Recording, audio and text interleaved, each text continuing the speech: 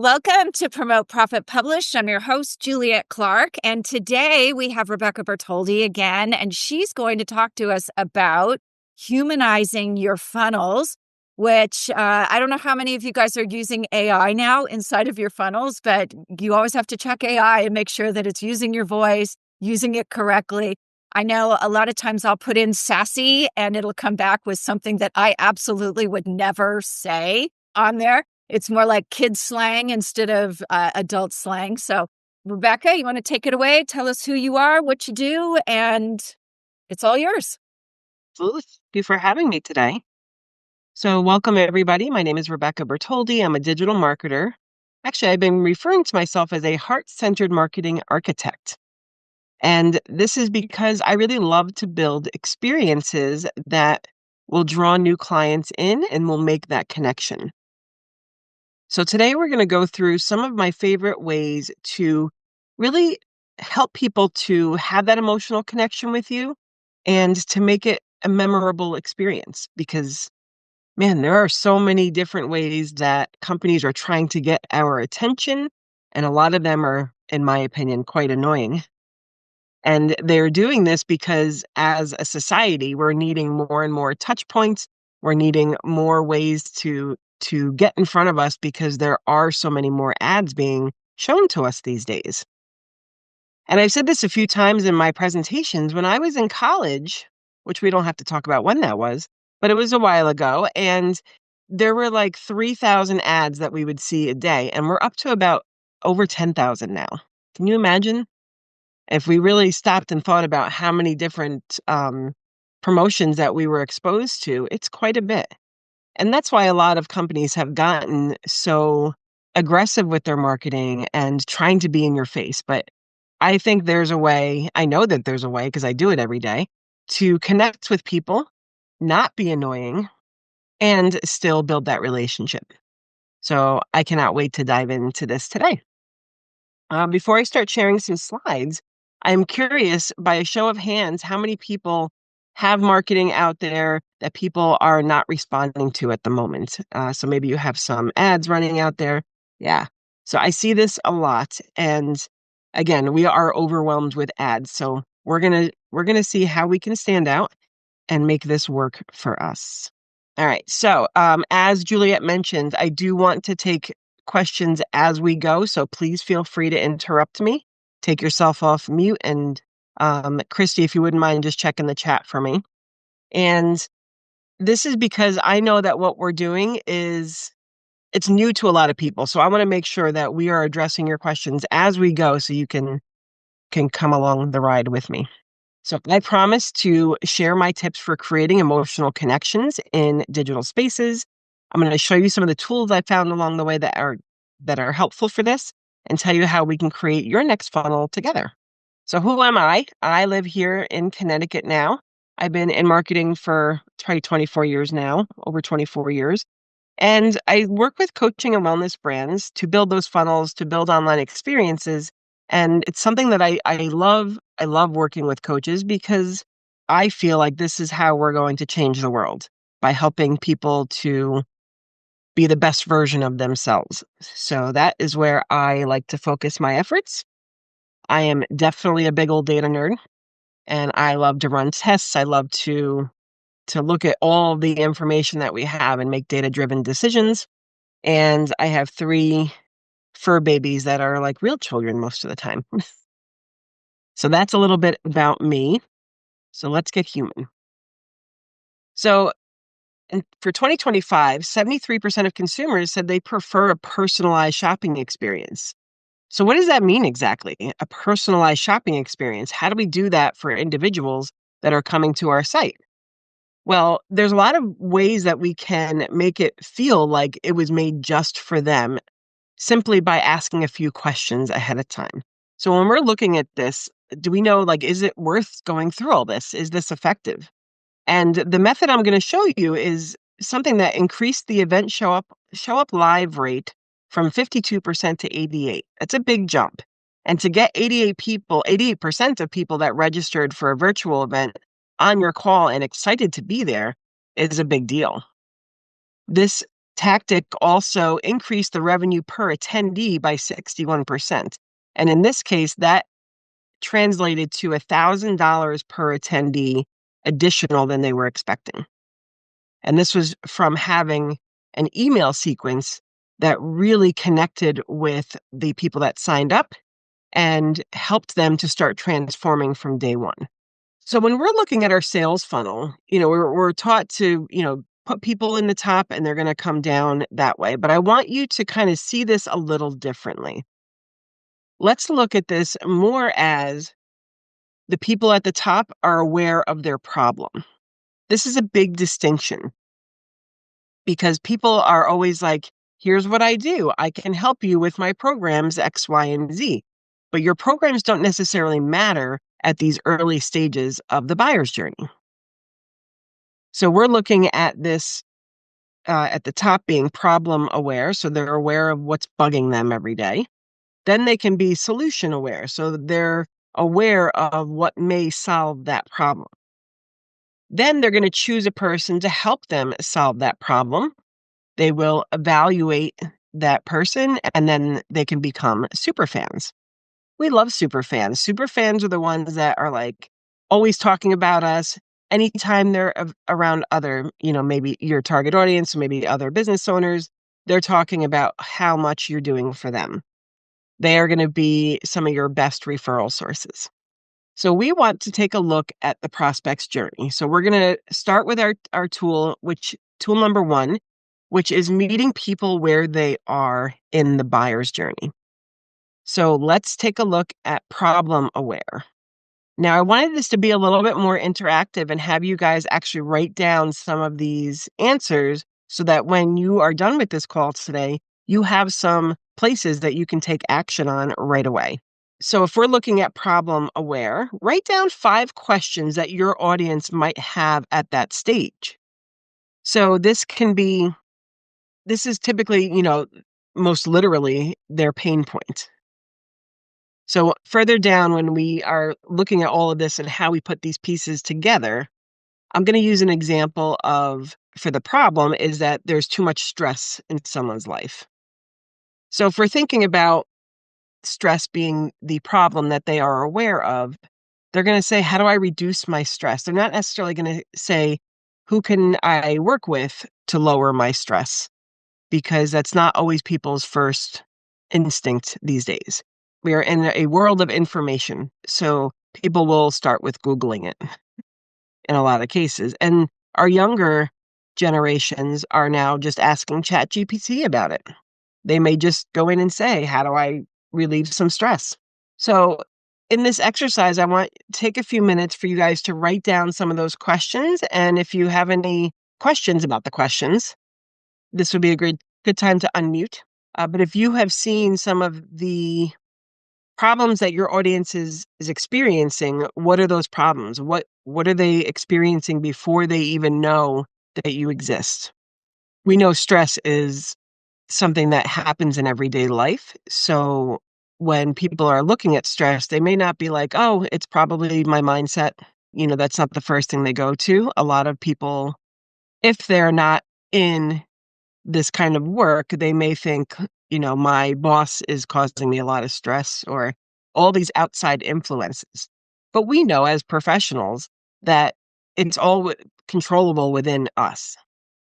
So when we're looking at these questions, we are focused on the problem, but we know we need to make that transformation for them when they are going through your funnels. So how are we doing? Does everyone have a couple questions written down about the problem itself? Good, getting some thumbs up there. Okay, so now we're going to go to the next phase here, and we're going to look at solution aware. So let's say, for example, we're going to stick with our stress situation.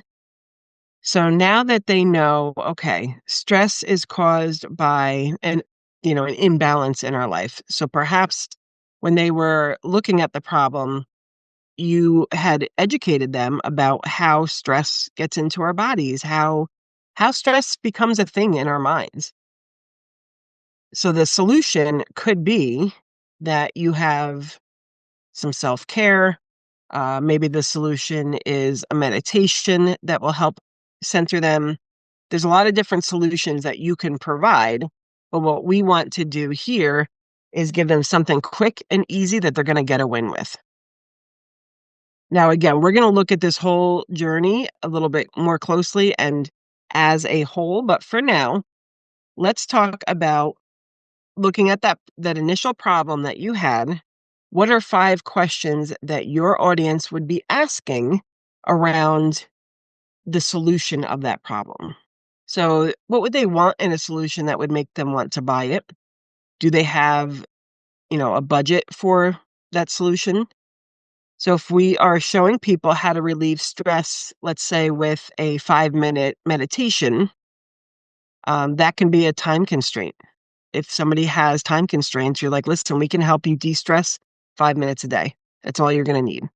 So this is where we're going to really dig into, okay, what are they asking about? With most people, when you have your target audience and you have niche down, you will know like what their day-to-day is like. What are they feeling? What are they experiencing? So some of the questions I like to find at a website called answerthepublic.com. This is like if you were going to a search engine and you put in a topic, it's going to give you all the questions asked around that topic. This is wonderful for social media content, by the way.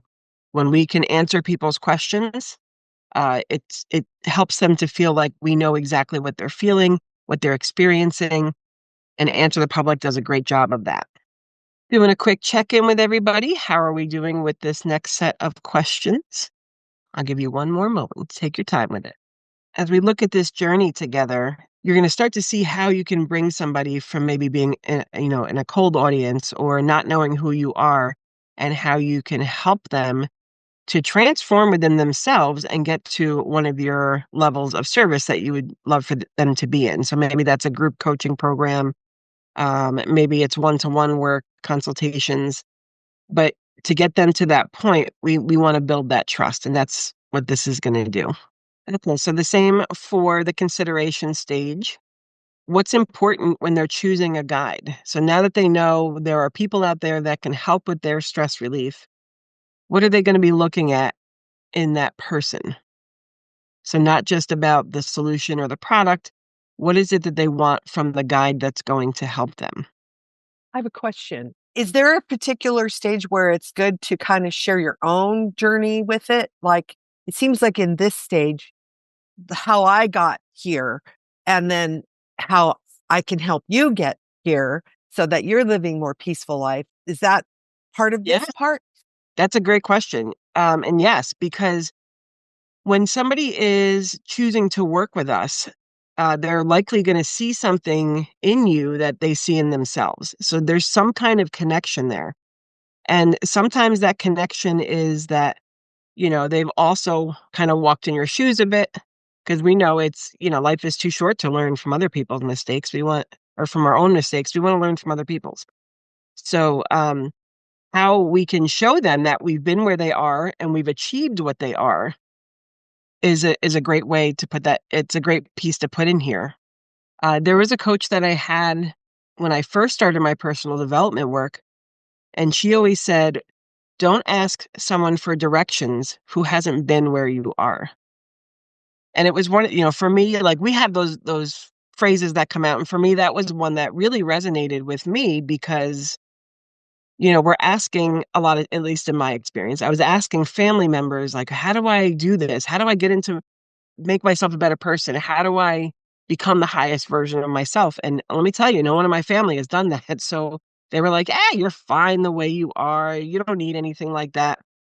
And that's, thank you, family. But we are also trying to do something. We're trying to reach our goals. So when I started hearing that kind of stuff, I was like, no, I need to ask somebody who's going to believe in me and who knows what I'm trying to accomplish.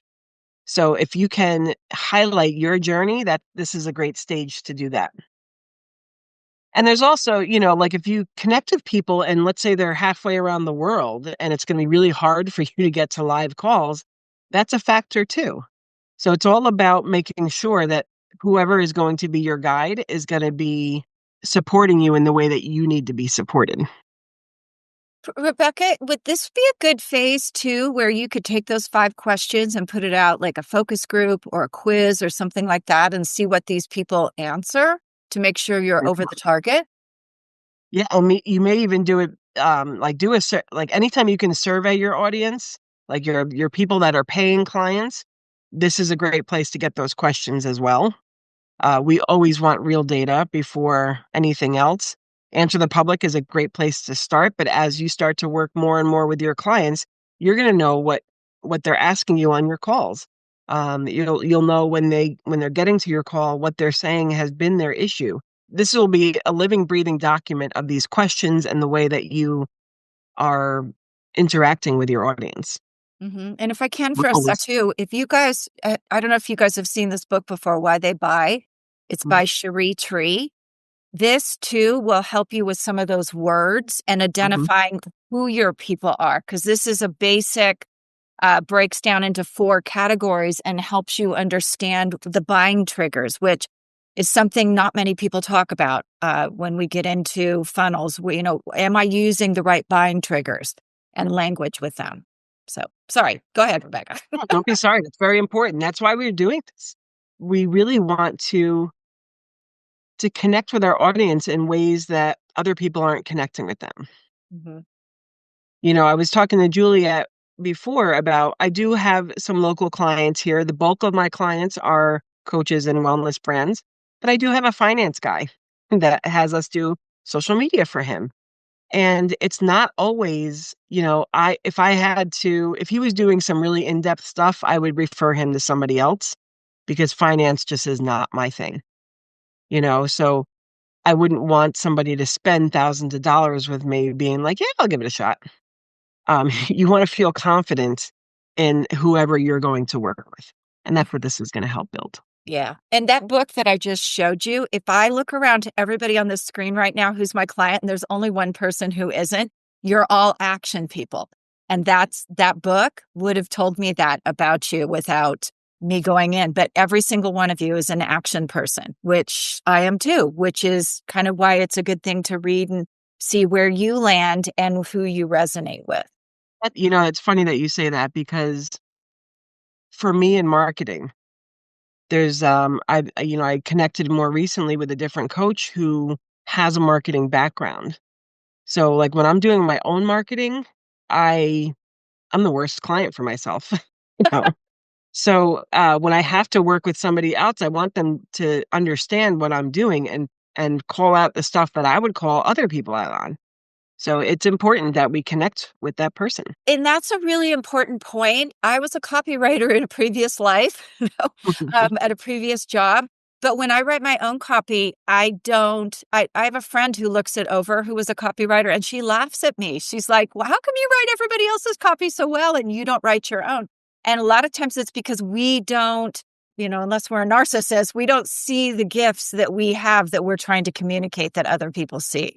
We're going to try not to be narcissistic. Not today. Okay, so we have gone through our consideration questions. We're getting to the end of this part. So next we're going to look at that, what's going to getting their buying intent going. So how is this solution going to improve their life? What's the cost of them not taking action? There's things that we will deal with as humans for a very long time. And when you finally stop that habit or whatever it is, you kind of realize how much time you wasted.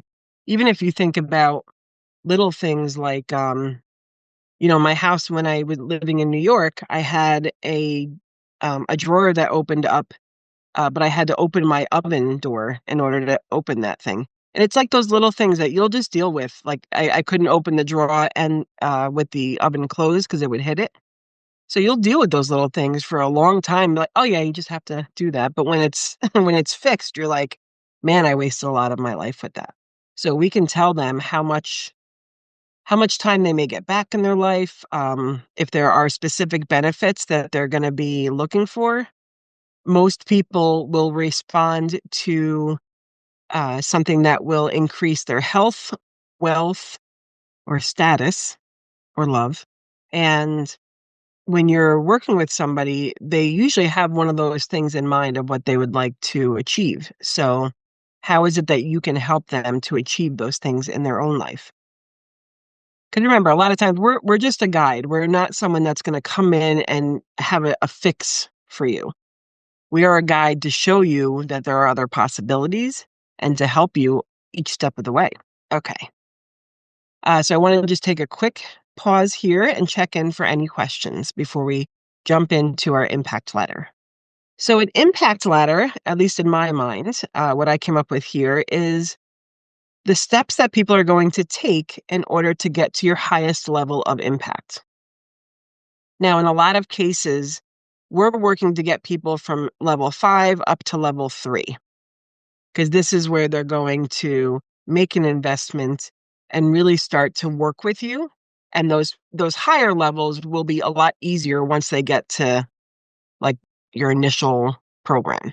Now, if you don't have a couple levels of programs, you likely will at some point, because there are always going to be people that are ready to work one-on-one with you, ready to aggressively go after a goal or anything like that. So really, when we're looking at cold audiences, they're starting on level 5 here. This is where your free lead magnets are. This is where you're going to start to introduce yourself. This is where your problem aware is likely going to show up. So when we're looking at our ladder here, we know that we have different things to go in each of these, let's call them buckets or steps. So if you can list out like where, which lead magnets you have that can be found in that stage. And then level 4, what do you have that's maybe a small investment? This could be like an online class. This can be, sometimes it's what I like to put in my funnels, we'll do a freebie, so your lead magnet in level 5, but maybe there's an upsell for what we call a tripwire product. Tripwire product is essentially a low-cost product that's going to enhance whatever they're getting, say, in that lead magnet. So for example, let's say we're staying with our stress example. So we have a lead magnet that is all about lowering your stress in 5 minutes a day. But then maybe that tripwire is something like, okay, for an extra $17, we will give you a 30-day calendar that will give you something to do in 10 minutes a day that's going to transform you in 30 days. So it's making it easier. It's allowing them to kind of double down on whatever it is that they're committing to in the lead magnet. And it's going to show them that within a short amount of time that you're able to get them results. So when we're planning these out, we want to make sure that people are getting those wins as they go. So let's take a look. Actually, I'm going to go back to this for a second. If you can write down, what do you have available for level 5 here? What do you have available for level 4? And then your paid programs up here. Does anyone have any questions on what would go in these different steps? Like, do you have specific teachings or anything else that you're unsure of where they would land? I have a question, Rebecca.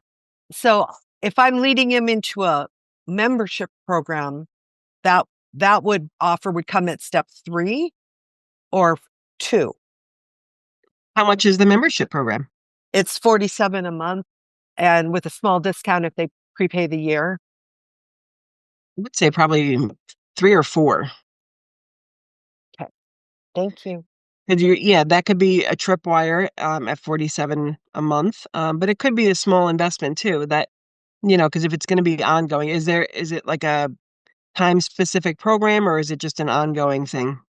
It's ongoing as long as they choose to stay in, because it's about healing from narcissistic abuse. So there's no real timeline. It's up to you. Yeah. So, Yeah. yeah. Okay. So that's a great example. So if we are going into this program, are they getting like weekly calls with you? Can you tell me a little more about the program? Well, when they first come in, there's a little mini course that they can watch that I thought would kind of ease them in and give them some clarity and comfort. And then And then I got a ton of downloads in there with stuff, which I can repurpose one or two of those into step 5 there. And then I'm going to have a monthly call with an expert in the field. There's so many therapists and lawyers and people who help people with a narcissist problem that I'm not one of those people. So I'm going to bring those people in. But my vision for this is to create a community of support, because that's one of the things they do is isolate you. And when you start talking to other people who are there or have been there, things click in, things become clear, and it gets easier. I would say for you, because being as somebody who has dealt with not so friendly people in their lifetime, there's a lot of anxiety and there's a lot of things that impact your nervous system. So there are things that you can give them in step 5 here that will impact, they're going to make a difference on their nervous system, and they're going to feel that instant relief. And that's what anyone that has been in an abusive relationship like that, all you want to do is breathe, and you just need to take a breath. So you can give them that breath really in stage 5. And I'm going to show you next how we kind of sprinkle those tools in that you were talking about. So yeah, in your case, I would say this is step 3 where we want to get them, because then there's other ways to move up from there. Okay, so now that we know kind of what's going in those, I wanted to give you a visual of, if you think about all of your lead magnets being like seeds that you're planting or roots of this tree, then you know that these are the ways that people are going to get up to your highest levels of service. Now, because we want to meet people where they are, you're going to see people coming in from different spots. And that's why we have like some of the lead magnet here. This one is the free trainings and tools, but this one could be one that's going to go towards group coaching. So it's all about like a funnel is essentially just a path that we have created that we're bringing people down. So we want to make sure our paths are as supportive as possible. Because if you can imagine all of these leads coming up this tree, and if there's nothing after the that initial lead magnet, then you're going to just see a bunch of apples on the ground. Like, those are just leads that are going to drop. So how are we going to keep them engaged? And that's what we're going to look at next. We're going to do that by creating these guided journeys. So again, we're looking at our stress lead magnet, how to de-stress in 5 minutes.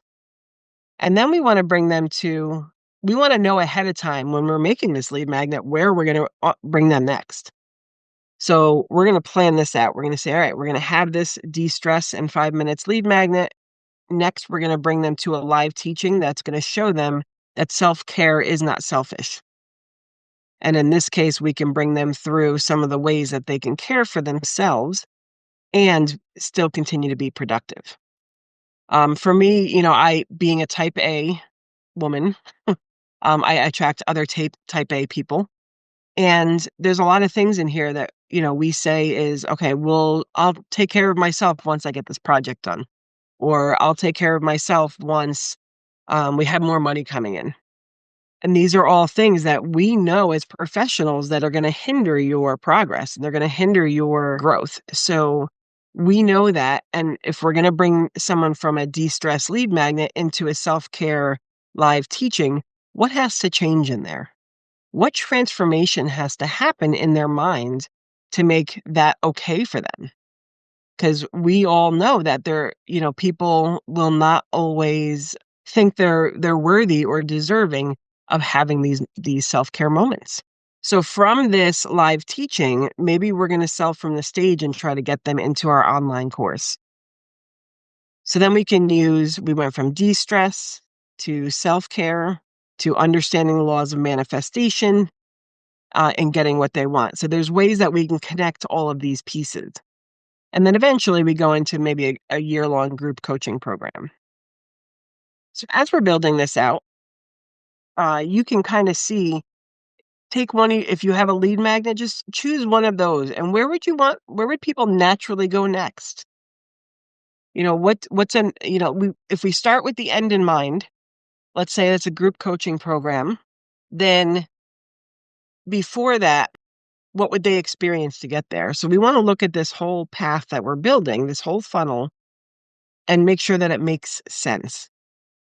Because if you can imagine, let's say we did have a de-stress lead magnet, and then it brought you into a business course. That's a big disconnect.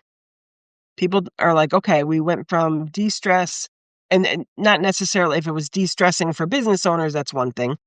But if you're just like, okay, if you are a C-suite woman and you want to de-stress, and then we get into a business thing, lead magnet, it's like, oh, was that for me? We want people to feel like, oh man, they know what I am feeling right now. They know how to support me. So these guided paths can definitely help with that. So as we're building this out, we next want to look at what is going to be the connecting emotion between these steps. So going from a lead magnet to attending a live teaching, what needs to happen there? What shift needs to happen in their mindset?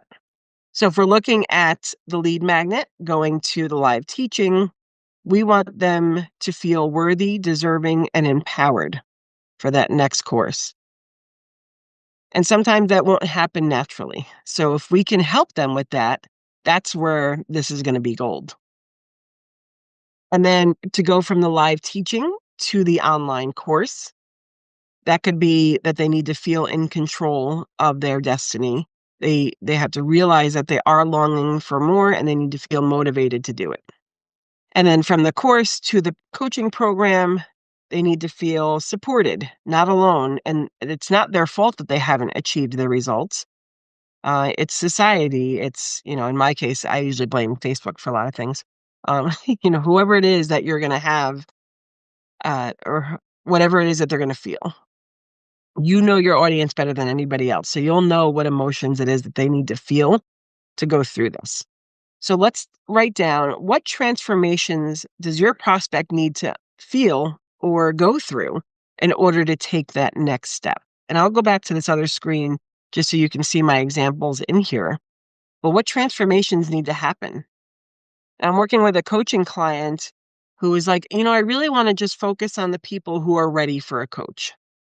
And while that sounds nice, I'm sure we would all like that. That's that particular space, that stage of the buyer's journey is very saturated, and it's got a lot of your bigger players in there. You're looking at your Bob Proctors and your Tony Robbins and all of those in the coaching space, where people that are just starting to put their brand together, you're not going to have the money to beat these giants if you're in the ad space. So this is where we get to connect with them before they're ready for the coach, because we want to be the ones that they consider immediately when they realize that someone can help them with these problems. So after we map our emotions, now, Christy, this is where all your tools are going to come into place. So we need them to feel worthy, deserving, and empowered. So maybe there's a 5-minute guided breathing technique that's going to help them to de-stress and to make them feel this way. And then next, we're looking at, we need them to feel in control, longing for more, and motivated. So maybe there's a morning routine planner and samples of how they could achieve that. And we can give them things in their morning routine that are going to make them feel so much better about themselves and feel more confident, feel more worthy and deserving of everything that we want to come their way. Next, if we're looking at people, we want them to feel supported and that they're not alone. We can do a meditation with a 432 hertz music added in so that we know they are feeling different on a molecular level. Like the way that the sound will come into their body. And I don't know how to quite describe how it happens. I just know it works. I do it all the time. Like these songs just definitely make you feel, there's a lot of those things out there. There's a lot of more sound therapy like stock music out there than there ever was before. So we can use our knowledge of the human body, the human brain, the nervous system to really make a big impact for people. And with these small, I don't want to say small tool because every tool like this is great, but they are low risk tools. Let's put it that way. So what can it hurt to try this meditation? What can it hurt to try a morning routine? It's something that people can easily slip into their day.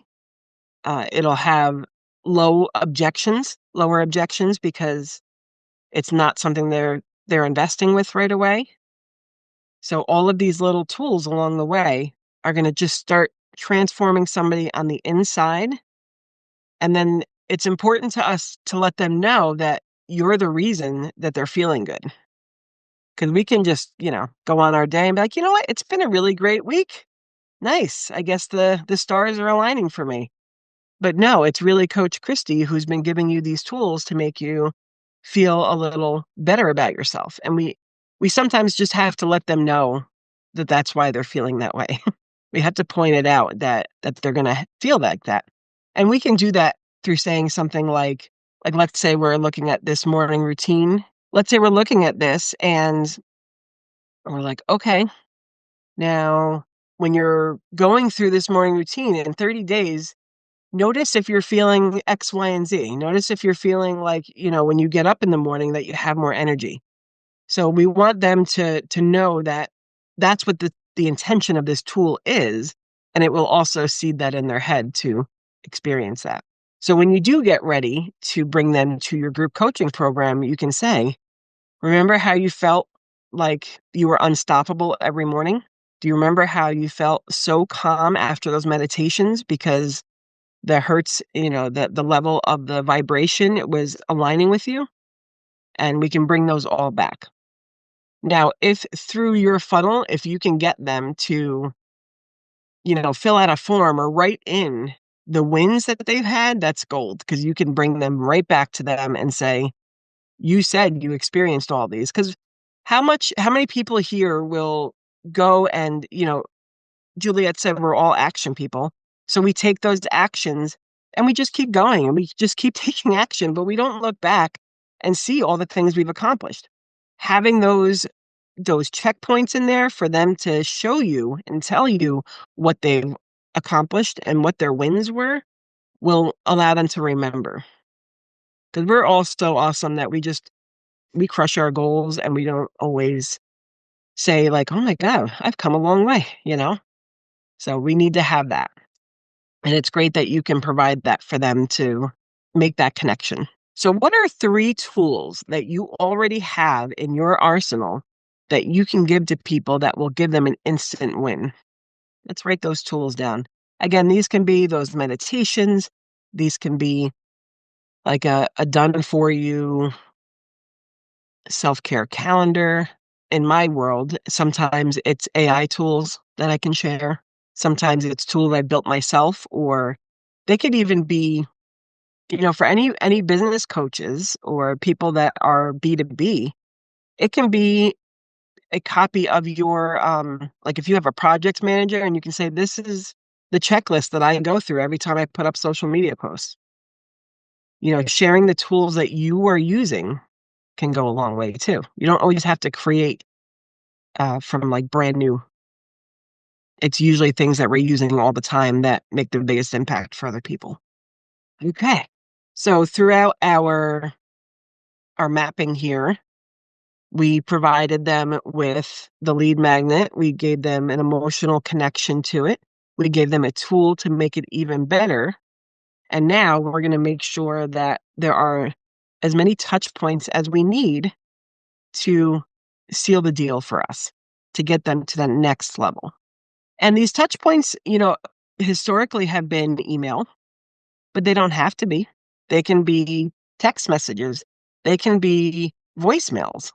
If it's people that you're working with on a local level, maybe it's something that you drop by their office and bring something with you. I used to, way back when I used to do a ton of holiday cookies, I would bring a box of cookies every holiday season to all my local clients. And some of those things are just another touch point that's going to make them remember you. And then we can also look at things like, what if you were to share a video that showed them how to do something by example? So let's say, a great example, one of my coaches in her program, she wants you to record a video that forgives yourself. It's a very powerful healing tool, and it takes people a lot of courage to record that video, and it's scary. So she actually recorded one that was her leading by example and letting them know, like, this is how you can forgive yourself. And she was able to send that out through text message. Now, this is all automated. So we're sending this out through the automation, and but they feel like, okay, she told us to do this week, and she's sending us a video to show how she would do it if it was her. So when you think about how many ways can people feel supported, there's just so many things that we can do here. This last one I know looks like a very big sequence or a campaign, and it is. It's going with an online course, so there's a lot of different modules that they're working with. We want to celebrate certain milestones in there. So there are 20 emails, there are different calls that come through. We want people to feel like they can call and, in this case, it's kind of check their work. So when we have them book a vision session or do their vision, we want them to do a vision calibration so that we can make sure that they're using the right words, that they're not saying things like, I don't have arthritis anymore, because it's just going to attract arthritis. Little things like that. We can give examples of the videos. We can do a voice message. It can even be a text message that just says, I'm thinking about you today, and I know you're going to crush it today. Imagine just getting that from a coach or someone you're working with out of the blue. It makes you feel good, and people will remember how you made them feel. So other than emails, what are other ways that you would like to connect with your target audience? What feels natural to you? Is it text messages? Is it voicemails? Is it driving by their establishment and bringing some flowers and maybe a mum plant? I don't know. It is mum season. Drive by flowering. Exactly. There is actually a florist here locally. Every day they put a new name on the sign that's out front and it says, if this is your name, come in for a free flower. Yeah. And then they had to build a Facebook edition because people wouldn't necessarily drive by, but they follow them on Facebook. So they have a name for the sign and they have a name for Facebook. And every day people are waiting for their name to be called so they can go in and they're really just getting a free rose. But how many people share this post every day on Facebook because they know somebody that has that name or they tag somebody? It just creates a lot of buzz and it gets people excited to see their name on their screen. Have fun with it. You want your true, wonderful self to shine through in all of your marketing, and digital is no exception. So, who wants to share some of the things that they wrote down and be in the hot seat? Anyone want to share their funnel and go through it, or what they would love for their funnel to be? Yeah, I'll do it. I'll be on the hot seat because this is all. I literally just built the site this week, so it's very new. So, All fresh in your mind. Okay, so where do I start? Is there any place that you were feeling stuck, or? Well, I really liked what you said about each lead magnet going on a path, because that made sense to me. Like, oh yeah, you can't have all these different things. So I wrote 5 books about narcissism, and one of them is called Narcissistic, a survivor's guide that has a journal that goes with it. Okay. So I thought that would be a great lead magnet to go up to, I guess, to a short video series that, like you said, like a bump, like a $17 thing that would come to them in email, where it's very non-threatening, but I already have the videos too. So, but focused with that book, the surviving, and the focus on surviving and then moving into thriving, and then and then from there moving up to level 3, which is coming into the membership. So then from there, if I want them, how could I go from there to from the membership, you mean, right? Yeah. Okay. Yeah. Now from there, they're going to start in your work. We need them to feel, I would think that in that space, they need to get to a certain point before they're ready for anything else. So if I remember looking back at like my healing journey from my ex-husband, there was a lot of things that had to happen before I could even consider specific programs and things like that. I had to get out of my own way, really. But you're in such a state of shock and you don't know what's up and what's down. Right. So clearing the confusion, understanding it's not me, it's them, and putting the pieces. And then what I've seen people do is when they start getting a strategy like, oh, that's how I don't engage in this. They're going to poke at my buttons and here are strategies so that they can't get an emotional reaction out of you. And then it gets tricky because some narcs will get scared and run away from you, and some will come at you harder. So, if you're not safe, what do you do? If they go away, what do you do? Because they like to control the purse strings. So sometimes I was left with nothing and had to start over again. And so that was a long time ago, but it was scary. Yeah, absolutely. Very scary. So I wonder if there's kind of stages you can do it in where the first stage is just they have to heal. You know what I mean? Like, or they have to get to a safe place within themselves. So before they get to there, I don't think anything else is going to penetrate because their walls are so far up. You know what I mean? So how do we get them to say, okay, once you hit this point, this is your natural next step? So if we come in, like, let's say the first part of your journey, a journey with you is that healing part and finding your own voice again. And then it's like, okay, how do I deal with this person?